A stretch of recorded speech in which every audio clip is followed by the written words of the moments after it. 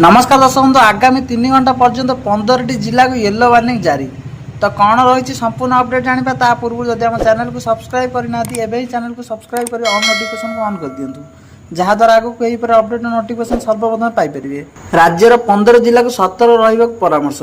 आगामी 3 घंटा पर्यंत 15टी जिला को येलो वार्निंग जारी कर सतर्क रहा परामर्श देइछि आंचलिक पाणीपाग केन्द्र। वर्षा घड़घड़ी सह झटका तोफान पूर्वानुमान करी नवरंगपुर, नुआपड़ा, बलांगीर, कलाहांडी, बरगढ़, मालकानगिरी, कोरापुट, रायगड़ा, गजपति, गंजाम, ढेंकानाल, अनुगुल, केन्दुझर, कंधमाल और मयूरभंज यही सब जिलार गोटे किंबा दुईटी स्थान आगामी 3 घंटा मध्य वर्षा और घड़घड़ी सह झटका पवन 30 ରୁ 40 किलोमीटर प्रति घंटा हेबार संभावना रही। अक्टोबर 10 तारिख बालेश्वर, भद्रक, केन्द्रापड़ा, जाजपुर, कटक, जगतसिंहपुर, पुरी, खोर्धा, नयागढ़, गंजाम, गजपति, केन्दुझर, मयूरभंज, अनुगुल, ढेंकानाल, बौद्ध, कंधमाल, रायगड़ा, कोरापुट और मालकानगिरी भली जिला को येलो वार्निंग जारी करा जायछि।